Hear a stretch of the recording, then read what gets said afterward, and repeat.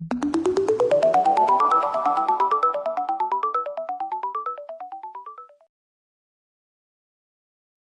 everybody. So, today I'll be taking you on a little journey to a province in the Philippines called Negros Oriental. So, get comfortable and I hope you enjoy. These are just a few of the points I'll be going over so you get to know Negros Oriental a little bit better. So, first, its location, history, culture, main attractions, and then we'll end it off with a few fun facts. Its location. Negros Oriental is a province located in the Central Visayas region of the Philippines. The capital is the city Dumaguete. It has many towns like Dawen, Zabaguita, Cebulan, and Basay. The climate. The climate in Negros Oriental is tropical.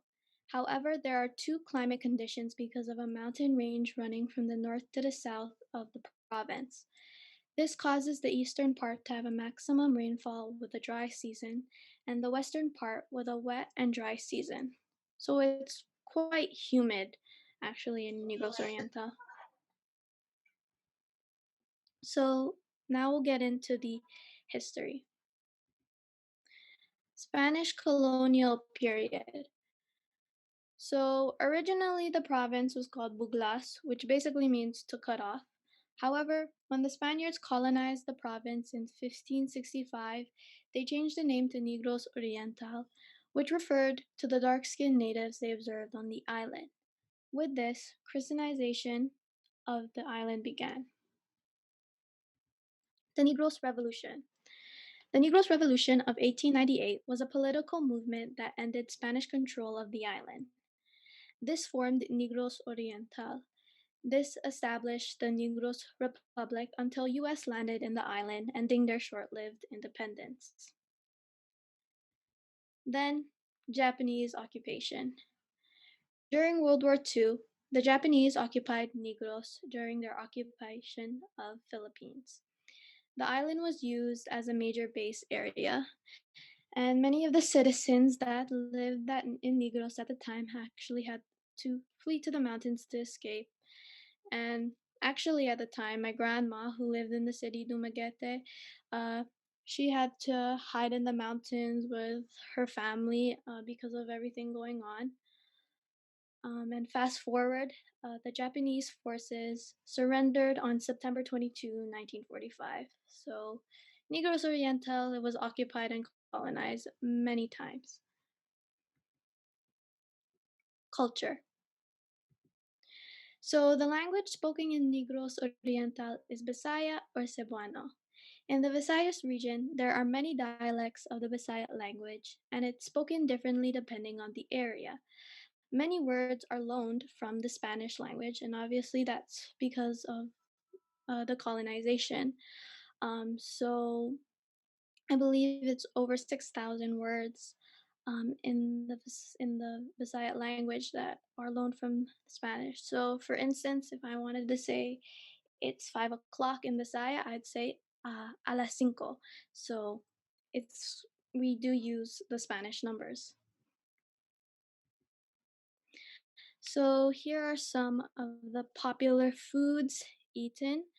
So first we have puto and chocolate, and I know puto can mean something not so nice in other languages, but in my culture, it's a delicious food that's often eaten for breakfast, and it's made of glutinous rice, fresh ginger, and coconut milk, and it's steamed and wrapped in banana leaves, and it's eaten with chocolate, which is made of tablea, which is like 100% cacao beans, and is often paired with also mango.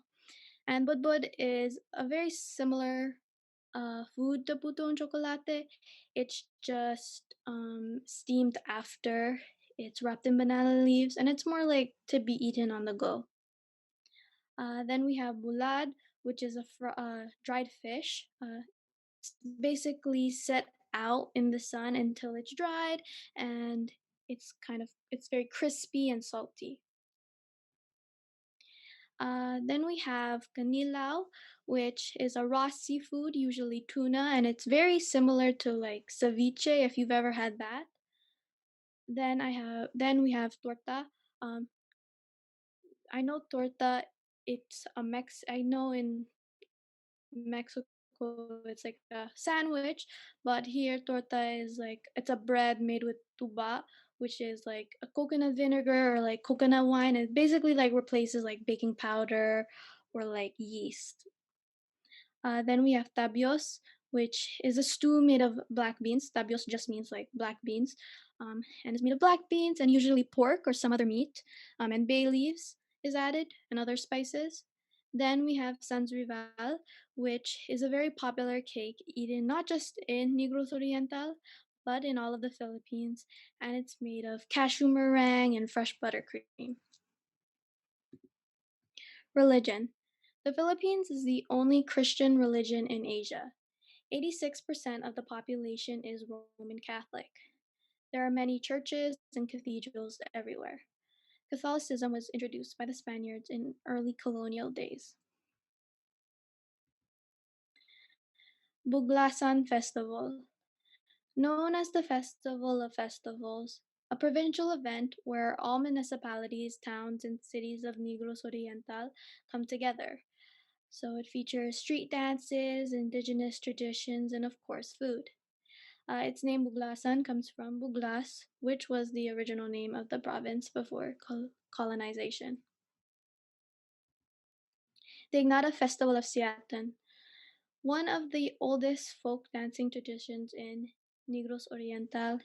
Ignata is a native folk dance, and its name is derived from the word acta, referring to the first settlers on the island who did this dance. It's basically a celebration of authentic Negrinese culture. Now on to some of the main attractions in Negros Oriental. Dumaguete. Dumaguete is a vibrant city rich with culture and heritage, and it's a very popular tourist spot because of its many beautiful beaches and hot springs and many of the other activities you can do, like diving. Dumaguete means to soup in Bisaya, and it's also known as the city of the gentle people for all of its friendly citizens, and its population is a little over 100,000.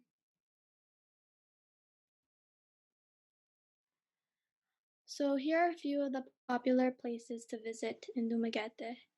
The Silliman University Anthropology Museum, which displays prehistoric artifacts from local indigenous groups, and the oldest church in Dumaguete, St. Catherine of Alexandria Cathedral Parish, and it's a solid structural representation of this city's rich culture and history.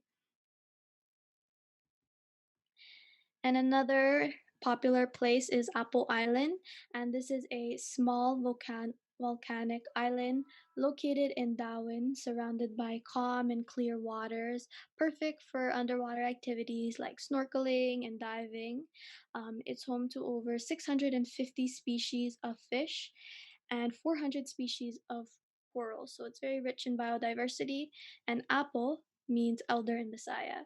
So to actually get to Apple Island, you would have to take a boat from Dumaguete to Apple Island. It's a short boat ride. Then we have Mount Canlaon. This is the best destination for experienced mountain climbers. The most popular trail takes about 2 days to reach the peak, and it's located in Canlaon City. It is actually the highest active volcano in all of Negros Islands. Then the Mabinay Caves. It's known as the cave town of Negros Oriental. There are hundreds of caves spread all over the area, including some unexplored ones. Only a few have easy access, and it's great for spelunking. Among these caves are the Crystal Caves and the Paldihan Cave. So now on to the fun facts. Negros Oriental is the most visited part of the Negros Island because of its many tourist attractions like the city Dumaguete. In Dumaguete, there are more motorcycles than cars on the road, and many of them are 6 to 8 seaters. Negros Oriental is best known for its dolphin and whale watching, and over 6,000 Spanish words in the Visayan language. And Negros Oriental officially became a province under the American civil government on March 10th, 1917.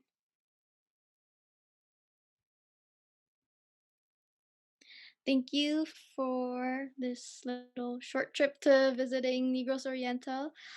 And hopefully you come and visit for real one day.